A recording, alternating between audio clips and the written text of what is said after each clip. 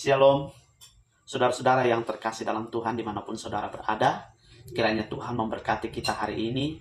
Kiranya Tuhan selalu memberikan damai sejahtera, pengharapan di dalam Yesus. Dan tetap semangat untuk bekerja buat Tuhan. Tetap semangat untuk melakukan setiap tugas tanggung jawab yang Tuhan percayakan bagi kita semua. Puji Tuhan. Hari ini kita akan merenungkan firman Tuhan di dalam 1 Petrus pasal 2 ayat 1 sampai ayat ketiga. Firman Tuhan berbunyi demikian. Karena itu, buanglah segala kejahatan, segala tipu muslihat, dan segala macam kemunafikan, kedengkian, dan fitnah. Dan jadilah sama seperti bayi yang baru lahir, yang selalu ingin akan air susu yang murni dan yang rohani, supaya olehnya kamu bertumbuh dan beroleh keselamatan, jika kamu benar-benar telah mengecap kebaikan Tuhan. Saudara yang terkasih dalam Tuhan Yesus Kristus, hari ini kita akan berbicara tentang persaudaraan. Nah, tentunya banyak yang bertanya-tanya gimana caranya untuk membangun relasi atau persaudaraan yang baik, yang tidak mudah pudar. Nah, hari ini saya akan menjawab pertanyaan itu. Kasih persaudaraan dapat diwujud bila segala penyakit yang menghambat itu dibuang jauh-jauh.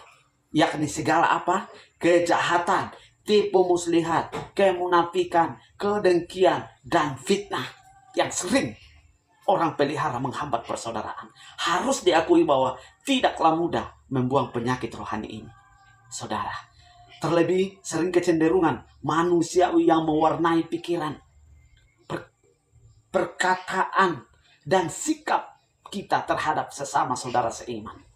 Sehingga mengakibatkan perselisihan, perdebatan, kepura-puraan, ambisi pribadi, dusta, iri, dengki, dan masih banyak bentuk lain yang menghambat persaudaraan itu sendiri.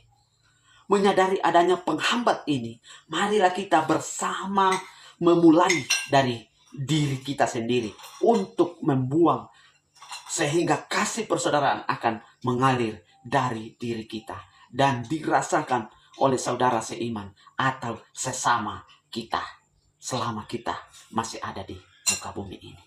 Saudara yang terkasih dalam Tuhan Yesus Kristus, hidup dalam firman itu proses mengikisnya penyakit yang menghambat kasih persaudaraan harus diimbangi dengan bertumbuhnya ketaatan akan firman Tuhan. Sehingga kasih Kristus akan mengalir melalui hidup kita yang semakin bersih dan jernih. Saudara-saudara, seorang yang hidup dalam firman adalah seorang yang tidak hanya rindu menambah pengetahuan Alkitab, tetapi rindu melakukannya di dalam kehidupannya. Sehingga hidupnya semakin berkenan kepada Tuhan. Saudara-saudara yang terkasih dalam Tuhan Yesus Kristus, bila setiap jemaat hidup dalam firman, maka kasih persaudaraan itu akan sungguh mewarnai persekutuan, baik di dalam jemaat maupun komunitas-komunitas yang lain dimanapun saudara berada. Baik dalam ibadah dan seluruh aspek kehidupan jemaat. Saudara yang terkasih dalam Tuhan Yesus Kristus, mari kita renungkan baik-baik firman Tuhan ini.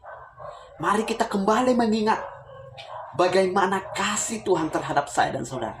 Tuhan telah mengasihi saya dan saudara tanpa syarat. Dan itulah yang harus kita terapkan. Itulah yang harus kita tunjukkan bahwa kita telah diselamatkan. Dan kita telah menerima pengorbanan Yesus Kristus di kayu salib. Kenapa kita harus mengasihi? Walaupun orang tidak mengasihi kita. Karena Tuhan lebih dulu mengasihi saya dan saudara sekalian. Saudara yang terkasih dalam Tuhan, kiranya Tuhan memberkati kita hari ini. Dan tetap optimis, tetap maju, tetap yakin bahwa di dalam Yesus Kristus ada solusi masalah apapun. Mungkin saudara saat ini bermasalah dengan keluarga, antara suami dan istri, antara anak dan orang tua, antara kerabat, antara tetangga, dan kepada siapapun. Saudara saat ini renungkan baik-baik dan serahkan kepada Tuhan. Saudara akan berdoa, mendoakan saudara-saudara yang tidak senang dengan saudara, bahkan menyakiti saudara. Tetap berdoa. Yesus berkata, Ampunilah mereka karena mereka tidak tahu apa yang mereka perbuat. Kiranya Tuhan Yesus memberkati. Semangat.